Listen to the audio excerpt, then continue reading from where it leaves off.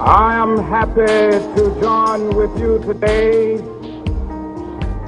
in what will go down in history as the greatest demonstration for freedom in the history of our nation.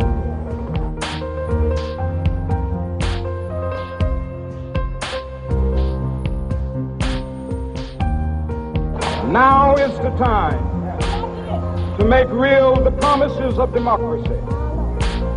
Now is the time to rise from the dark and desolate valley of segregation to the sunlit path of racial justice. Now is the time.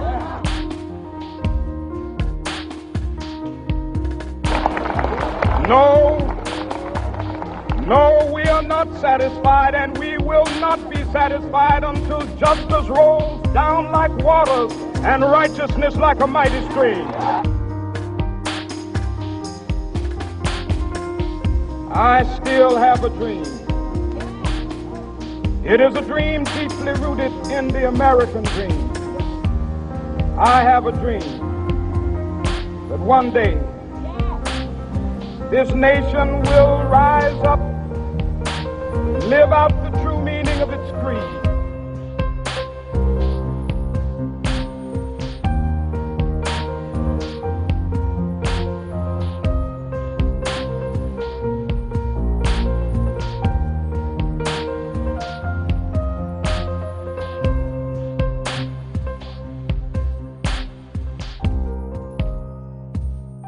The Great Wall is no longer a wall dividing China from the rest of the world, but it is a reminder of the fact that there are many walls still existing in the world which divide nations and peoples.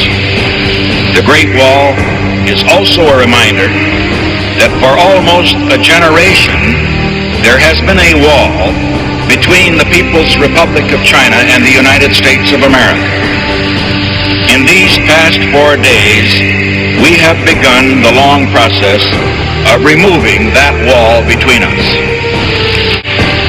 You believe deeply in your system, and we believe just as deeply in our system. It is not our common beliefs that have brought us together here, but our common interests and our common hopes.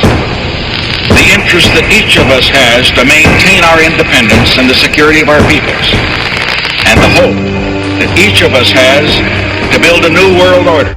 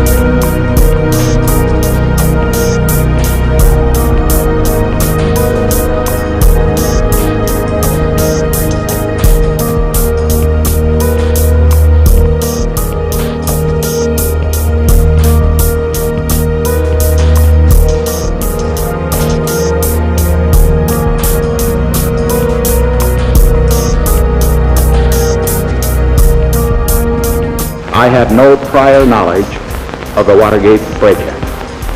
I neither took part in nor knew about any of the subsequent cover-up activities.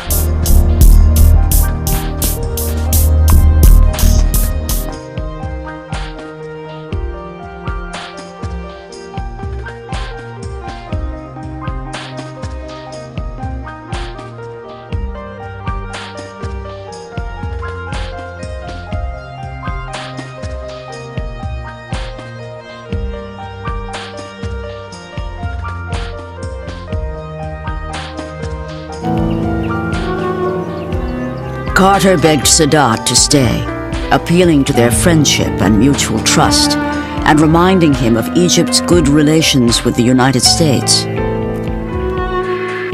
Sadat decided to remain at Camp David. Saturday, September 16th, Brzezinski wrote in his diary, "The president is driving himself mercilessly. He has single-handedly written the proposed document for the settlements on the Sinai." Carter presented the formula to Begin. At first, he called the demands on Israel excessive, political suicide. But in the end, he relented, agreeing to submit the question of the Jewish settlements to the Israeli parliament. Jimmy Carter saw a picture of the three major participants on his desk, and he told his secretary to find out the names of Begin's grandchildren. And so then he wrote little notes, putting in the names of all the grandchildren. He went over to Begin and said, "You know, this is not just for us, this is for our grandchildren, and let me give this to you." And Begin was profoundly moved by this.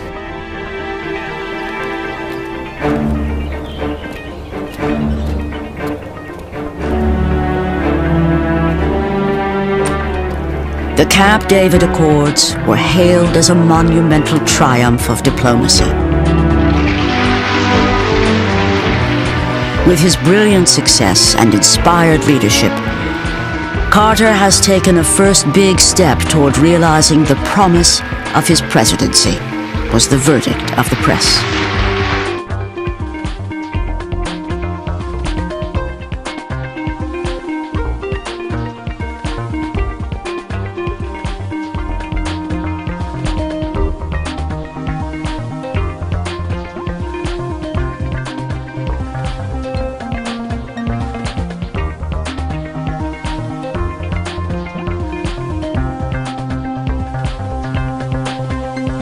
Offensive. We act to prevent a wider war, to defuse a powder keg at the heart of Europe that has exploded twice before in this century with catastrophic results. And we act to stand united with our allies for peace. By acting now, we are upholding our values, protecting our interests, and advancing the cause of peace. Tonight I want to speak with you about the tragedy in Kosovo, worse from our NATO alliance.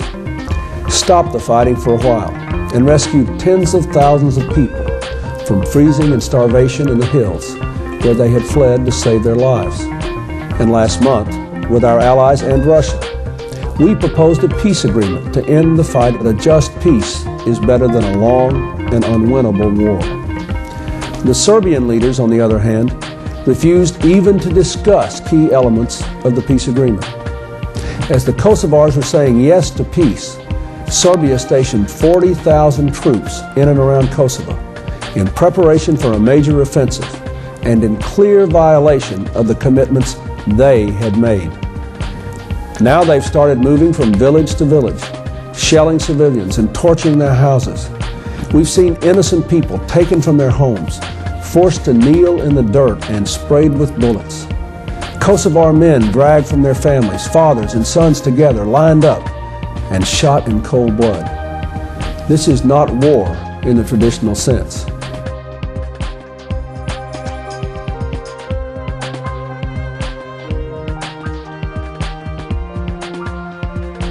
Simply invites more brutality. But firmness can stop armies and save lives. We must apply that lesson in Kosovo before what happened in Bosnia happens there too. Agreed to do what we said we would do, what we must do to restore the peace.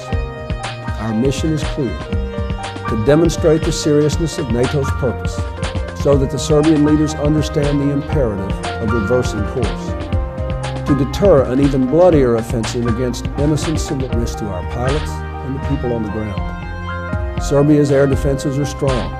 It could decide to intensify its assault on Kosovo, or to seek to harm us or our allies elsewhere. If it does, we will deliver a forceful response that we and our allies are facing in Kosovo. That is why we have acted now. because we care about saving innocent lives, because we have an interest in avoiding an even crueler and costlier war, and because our children need and deserve a peaceful, stable, free Europe. Our thoughts and prayers tonight must be with the men and women of our armed forces who are undertaking this mission for the sake of our values and our children's future. May God bless them, and may God bless America.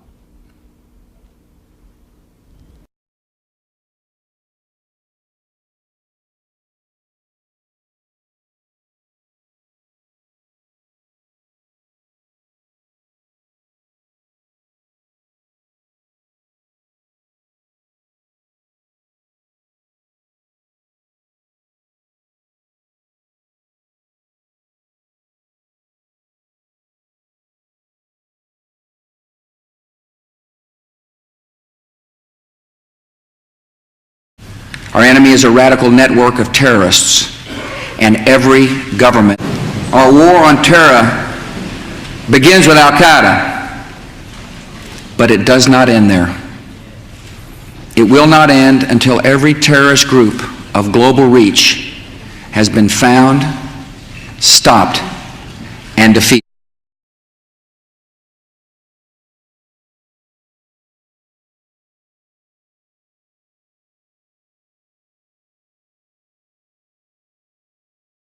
The United States respects the people of Afghanistan. After all, we are currently its largest source of humanitarian aid, but we condemn the Taliban regime.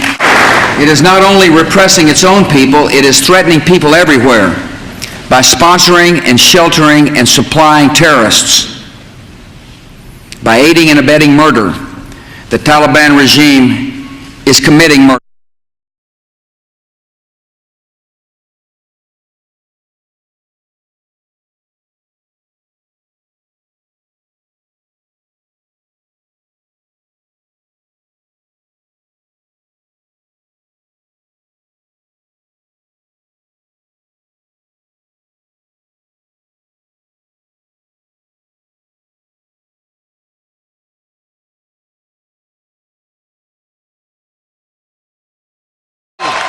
I've come here to Cairo to seek a new beginning between the United States and Muslims around the world, one based on mutual interest and mutual respect.